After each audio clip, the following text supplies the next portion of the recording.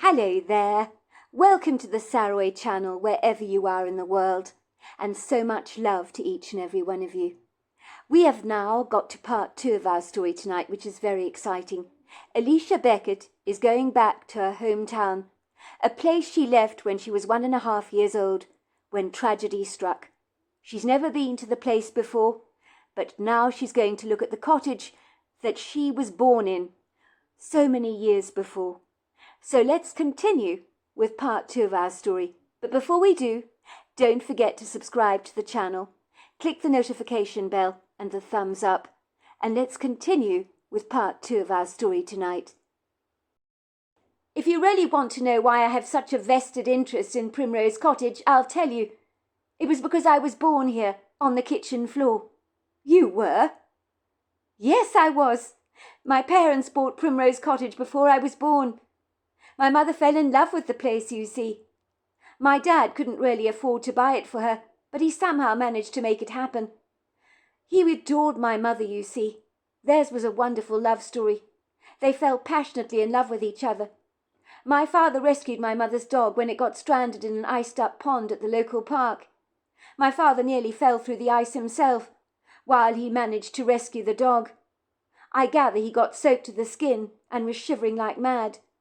My mother lived close to the park at the time, on the opposite side of the road. She brought my dad back home with her. He had a warm shower and a change of clothes. My mother gave him some of her father's clothes to wear, while she rubbed her dog dry. And that is where their love story began. My father invited my mother out for coffee the very next morning, and well after that they couldn't get enough of each other. And the rest is history, of course. Wow, that is a romantic story! Some of those ponds, when they're iced up in winter, are absolutely treacherous. Your surname? Asked Kitty Gayson. Beckett. I knew the name from somewhere. Kitty's face suddenly paled. Oh, my goodness! Your mother wasn't Ruth Beckett, was she? That's right. My mother was Ruth. That was her name. I don't believe it. You're not going to believe this, but your mother was my mother's best friend. My mother's name is Lily Barber. I was Kitty Barber before I got married very recently to my husband. Now our name is Barber Stokes, which I kind of like. My mother would love to meet you sometime, I'm most sure. She was absolutely devastated when your mother was mown down in the road by Tommy Tanner all those years ago. It was such a tragedy for this small town, one that has never been forgotten. I'm so dreadfully sorry about what happened to your mother. It really was tragic. Tommy Tanner's father couldn't believe his 12-year-old son took his car out for a joyride to show off to his best friend.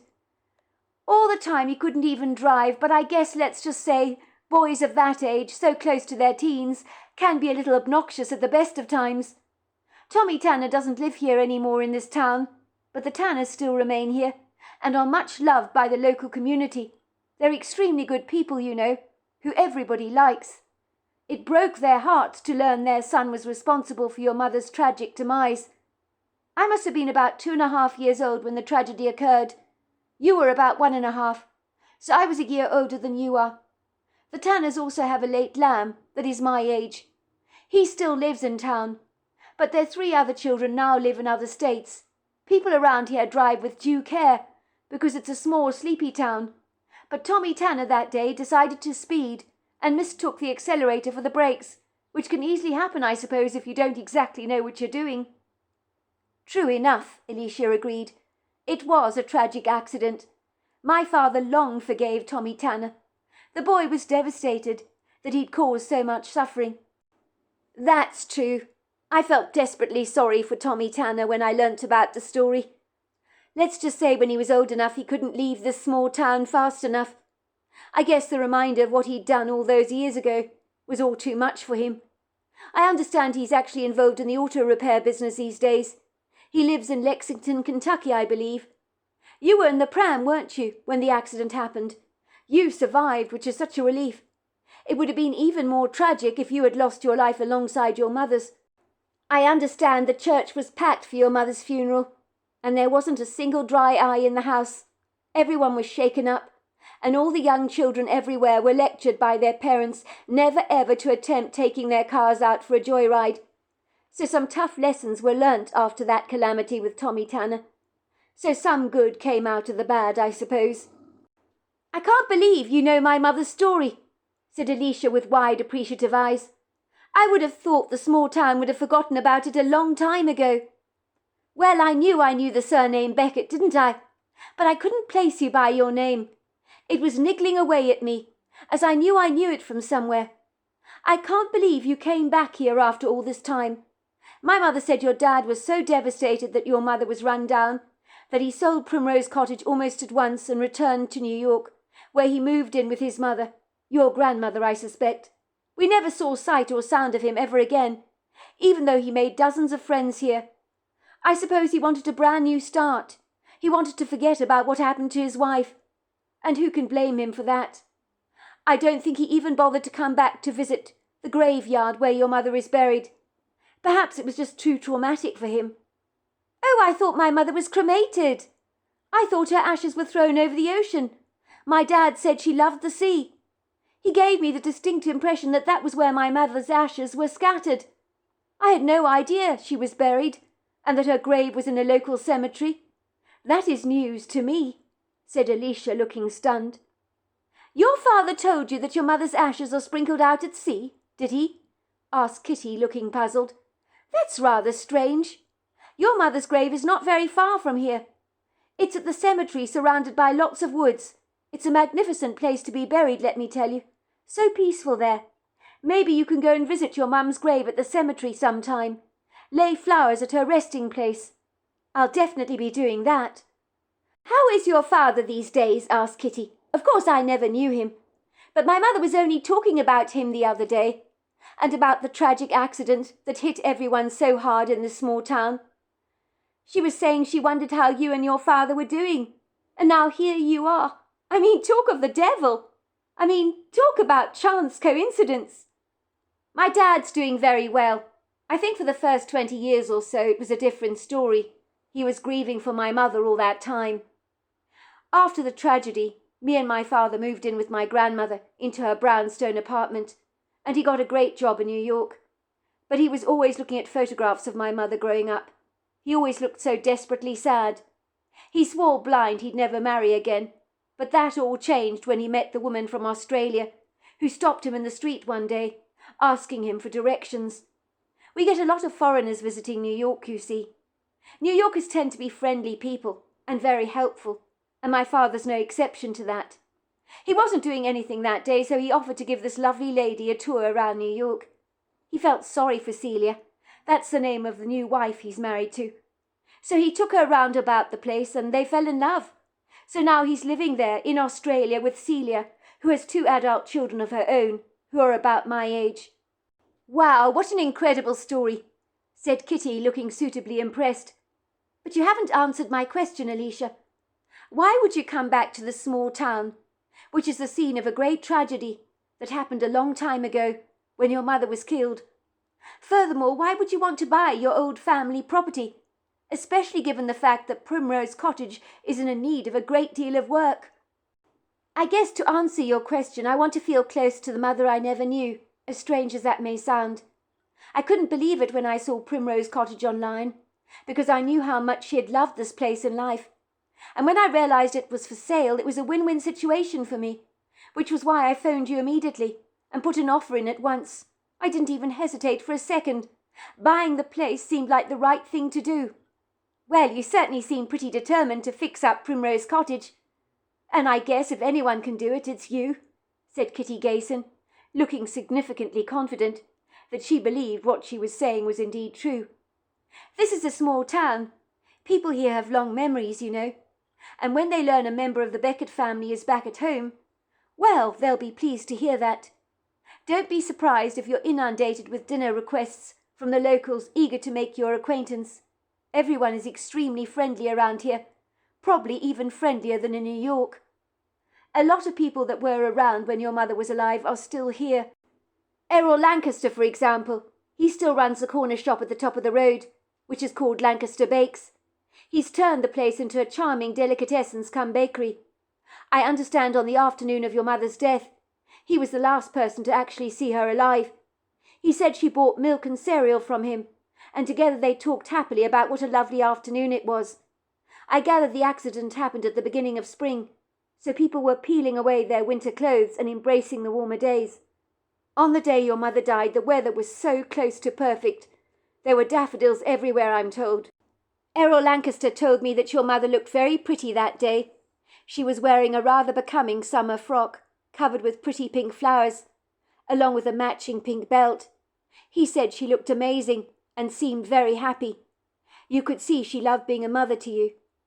He bid her farewell, and then she went on her merry way. He had no idea that that would be the last time he'd get to see your mother alive. He told me that your mother used to love northern cardinals. You know that very pretty red bird, the bird you often see in people's yards. Yes, I know the one. I love those birds. Such a pretty colour they are. Well, Mr. Lancaster told my mother that after your mother's tragic death, for 3 mornings in a row at his own kitchen window, he witnessed a red cardinal pecking at the window, looking in at him and his wife. They both believed it was your mother, letting them know she was at peace from beyond the grave. They told your father about the startling incident, and he claimed there'd also been a red cardinal at his kitchen window. So those are signs, I believe, from your late mother. I'm a believer that the dead leave signs for us to see, but too many of us are just not paying enough attention to actually receive them. I guess you're right about that. Over the years I've never noticed anything myself in regards to strange signs. But I had an incongruous determination to come back to the small town, and I did happen to stumble across, Primrose Cottage being for sale online, and that in itself is miraculous. Well, who knows? It could be your mother who brought you here. Well, I hadn't thought of it like that, but maybe you're right. Of course I'm right, said Kitty, giving Alicia a naughty wink. One thing you'll learn about me soon enough is I'm right about almost everything. I think when Errol Lancaster learns that you've moved back to town, well, he's going to be one big happy man. Let's just say the baby knocked over on the road in her pram, surviving the accident, is somewhat a celebrity around here. So do you really want to put an offer in for Primrose Cottage? Are you really going to do it? Absolutely, Alicia had said, and she had done just that. 3 weeks later, Alicia had moved into the cottage. Many locals had invited her to stay with them, while Primrose Cottage was being fixed up by the contractors. In the beginning, Alicia wanted to remain in Primrose Cottage, while the work was being undertaken. The locals in the community had been warmly welcoming towards her, and as Kitty had told her, she was definitely a celebrity of note. Even a framed old newspaper article about the tragedy was hanging up on a board in the local butchery for all to see, as if people in the small town were determined never to forget what had happened that fateful day. Kitty had been wonderful. She had taken Alicia on a guided tour around town, introducing her to everyone, apart from the Tanners, of course.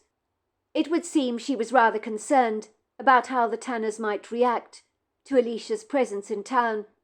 She thought Mr. Tanner might take it hard, and so it was best not to tell him for the time being, although doubtlessly he'd find out sooner or later, for nothing remains secret in a small town for very long. Alicia had met Errol Lancaster, the man who owned the corner shop in town, called Lancaster Bakes. He was a jolly man, with big brown eyes and 2 large dimples on both sides of his cheeks that made him look a lot younger than his natural years, for he had that quintessential boyish look, which is somewhat ageless. But his receding hairline and wispy thin greying hair might make you take a second guess at his age. The larger-than-life man that everyone in town loved, for he played the role of being a father figure to so many. He was considerate and very kind and generous by nature. He always left a water bowl outside his shop in the summer months so that people's dogs could enjoy a cooling drink of water on a scorchingly hot summer's day. Errol, I've got someone you may be interested in meeting here. Do you recognise who this young woman is? Said Kitty, smiling broadly. Errol Lancaster's beautiful shop smelt of cinnamon buns. Not only did the man have a delectable bakery, displaying all kinds of delicious goods, but he had a delicatessens of note that sold the most mouth-watering selection of cheeses, olives, and cold meats. Can you guess, Mr. Lancaster? No, it can't be, said Mr. Lancaster, staring at Alicia in wondrous awe, as if he'd been dumbstruck by a real Picasso proudly hanging in a museum of fine art.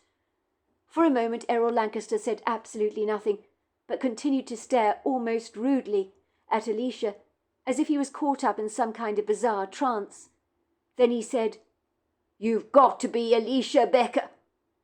You are Ruth Becker's child, are you not? The baby that was knocked over in the pram all those years ago by Tommy Tanner. You're back in town. That's incredibly good news," he said, looking decidedly pleased. "You really recognise me?" asked Alicia, looking somewhat stumped, that Mr. Lancaster had figured out who she actually was. "Well, I don't recognise you from when you were a baby, of course. You were a wee tiny thing back then. But I recognise you from your mother. I knew your mother very well, and let's just say you're the splitting image of her. And when I saw you, I thought I was seeing her ghost. I don't mind admitting for a moment I was shaking like a baby's rattle." "I'm so sorry, Mr. Lancaster. I didn't mean to give you a fright," said Alicia. "My father tells me I do look enormously like my mother, but I didn't know that my likeness to her would be so startling to you." "You young lady are almost her doppelganger. So yes, I got a bit of a shock, but the good kind of shock, of course. I'm very pleased to meet you, Alicia, and I'm very glad you've come to live among us. What an absolute privilege. None of us in our small town ever forgot your mother Ruth, you know. What a special woman she was, and what a tragedy that her life was cut so cruelly short in such unforeseen, bizarre circumstances," he said, shaking his head very sadly. "Everyone in town mourned your mother's tragic passing. Nothing dramatic ever happens in our small town, and it still doesn't, I have to say. But on that day everything went badly awry. So much so that no one could have foreseen what was to happen. I remember my wife woke up early that morning with a splitting migraine headache, and she told me that it was going to be a horrible day for all of us. My wife was very intuitive like that, you see. She had a profound sense it wasn't going to be a good day. But even she could never have envisaged what would soon unfold. I know my wife would be delighted to meet you, Alicia, in person. She was extremely fond of your mother. They often got together for a regular cup of coffee, to have a good old chinwag as women so often do." "Well, I look forward to meeting her, Mr. Lancaster." "Oh, please call me Errol. I've already taken the liberty of calling you Alicia, have I not?" "I understand, Errol, that you were the last person to see my mother alive. Is that really true?" "That is true. Your mother brought you into this very same shop in your pram. You were a sweet little thing, all smiles you were, with the biggest cornflower blue eyes that I ever did see. They took up your entire face, they were so large. You were a wee bonny thing even then. I told Ruth that you looked just like her. She was pleased with the compliment, but I meant it, of course. But now you're her splitting image." "So how was my mother on the afternoon you saw her?" asked Alicia. "I know I'm asking you something that happened a long time ago, but you see, I want to talk to all the people who knew her, so I can get to know her a little better myself, through the memories of other people, if you know what I mean." Mr. Lancaster hung his head sadly. "Of course I understand, Alicia. It makes perfect sense to me. It must have been very hard for you, never having the opportunity of getting to know your mother in person, having to rely on other people's memories to get a full picture of what she was like. You're in luck, because one of my finer qualities is I have a pristine memory for some reason. I never ever forget a person's name. And there are indelible days in my life that I simply cannot forget, going back to my early childhood. I even remember dates, birthdays, what the weather was like back then. So yes, I do remember every last detail of your mother's visit to my shop." "You do, Mr. Lancaster?" asked Alicia, looking delighted. "Yes, I remember your mother vividly, along with that day, I hasten to say," said Mr. Lancaster, his brown eyes lighting up, so much so that the dimples around the edges of his mouth became all the more pronounced, giving him such a boyish look that for a brief moment he suddenly looked terribly young. "Your mother, well, she looked lovely, so radiant that day. I could tell she was extremely proud of you. She came into my shop to buy cereal and milk. I think she chose Wheat Bix for herself. She was running out of it at home, you see. Back in your mother's time, people would drop around to my shop to buy the essentials, or things they'd forgotten, like sugar or bread. But nowadays I stock some incredibly delicious baked goods, as you can see, along with a fabulous selection of cold meats that weren't available in your mother's day. So people in the town walk up to my shop to buy my famous cinnamon buns, apple fritters, and a large selection of very delicious donuts, of which the Boston cream, I have to tell you, is the most popular. Among the locals, that is. Although I will say the maple and bacon donut scores a close second. I sometimes wonder what your mother would think of my shop right now, if she were to see it, that is. I'm sure she'd be blown away by it, Mr. Lancaster. You've come a long way, it would seem, said Alicia, taking stock of Mr. Lancaster's shop. This place is a small piece of heaven, is it not? Well, I'm glad you think so, Alicia. It's very kind of you to say. I rather think your mother would have been partial to my apple fritters. If she were alive today, she would certainly love them. She always made apple pies, you know. Your mother loved apple pie. She enjoyed walking to the corner shop and having a chat with me. I also think she enjoyed showing you off to everyone. You were always wearing yellow, as before you were born your mother prepared your whole wardrobe in yellow. As I understand, she didn't know whether you were a girl or a boy, so she said it was safe to buy yellow. So you were always dressed in yellow.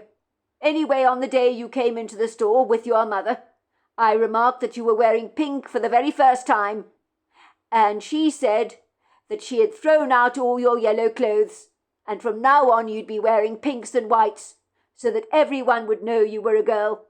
Your mother was annoyed because someone had mistaken you for being a boy wearing that yellow outfit, and she was having none of that. Your mother said it was the first day she had worn a summer dress, because the weather was so warm. She was commenting about all the daffodils that were all over the place, and how glad that she was that the winter was finally behind us. She walked out of my shop with my purchases in a big net bag of hers. She always carried that bag with her wherever she went. It was quite a thing in those days, having net bags, because they stretched so you could literally carry around a sizable amount of stuff in them. Little did I know that that would be the last time I would ever see your mother again. Kitty over here told me that after Mum died you claimed for 3 days in a row there was a red cardinal at your kitchen window. Is that really true, Errol? Asked Alicia, eager to have Mr. Lancaster confirm that this bizarre, idiosyncratic event had indeed occurred. Oh, that did happen, said Errol, his face lighting up again. It was ironic, you know. Only a week before your mother died, she was telling me how much she loved red cardinals. She said they were her favourite garden bird, and that if she had to be a bird, it would be a red cardinal. Lo and behold, after she dies, I see a red cardinal at the kitchen window for 3 days in a row, at exactly the same time of 7:30 in the morning. The bird stood on the windowsill for about 5 minutes, and then flew away, repeating the same behaviour for another 2 days. I hasten to say, it never occurred again. My wife said it was definitely a sign from your late mother, that she was saying goodbye to us. That is extraordinary, Alicia admitted. I've always been rather partial to red cardinals myself. It would seem that when the building construction team had started fixing up Primrose Cottage, it got all too much for Alicia, so she accepted Kitty's mother's kind invitation to stay at her house for the time being, because the cottage smelt of paint mingled with dust and glue, and it was so suffocating and nauseous, especially the dust fumes around the place, which made her want to wheeze the whole time. Lily had welcomed Alicia into her home, like a long-lost daughter that she hadn't seen in a long while, and much like Errol Lancaster, she stood in the doorway when Alicia made her approach, her eyes widening in astonishment, as if seeing Alicia for the first time had taken her quite aback. Alicia was sure she physically gasped for a brief moment as she stood there in the doorway, frozen like a statue, and then all of a sudden Lily seemed to bounce out of her frozen state, and much like Errol Lancaster had done, she threw her arms rather ebulliently around her, and there had been tears gathering in her eyes that had spilled down her cheeks. Linda was a slender woman with short-cropped pixie-like hair, dyed a pretty honey blonde colour. She had kind, generous eyes, and a porcelain complexion that was translucent. She looked to be like an older version of Kitty herself. Alicia warmed to Lily immediately, for much like Kitty, she had an engaging personality. "You mustn't mind me, dear," she said, dabbing her eyes with a tissue. "When Errol told me you were the splitting image of your mother, I never envisaged the likeness would be so profound. You must excuse the rude way I gawked at you. Goodness gracious me, I feel utterly flustered now. It's as if your mother has just walked through the doorway. You are just her double. It's giving me goosebumps," she said, running a hand down her arm. "Don't worry about it," said Alicia, smiling. "It's a big compliment to be told I look like her." "Well, it sure is. Your mother was a very good-looking woman.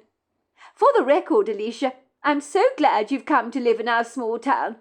You're welcome to stay here in my cottage for as long as you like. The more the merrier, that's what I say." "It's very kind of you," said Alicia. "You're all so friendly around here." "But of course we're all friendly around here," said Lily. "Let me assure you the locals in these parts will be delighted that you've returned home after all this time. It was such a devastating tragedy what happened to your dear mother all those years ago. Most unfair it was. It still haunts me to this very day. Do you mind me asking, dear, why you're buying your mother's cottage and moving back to town? Please tell me to mind my own business if I'm being too snoopy." This time it was Kitty who interjected on Alicia's behalf. "You are being snoopy, Mum. If you must know, Alicia is here because she discovered Primrose Cottage was for sale online, and she knew it was the cottage where she was born, so she wanted to buy it.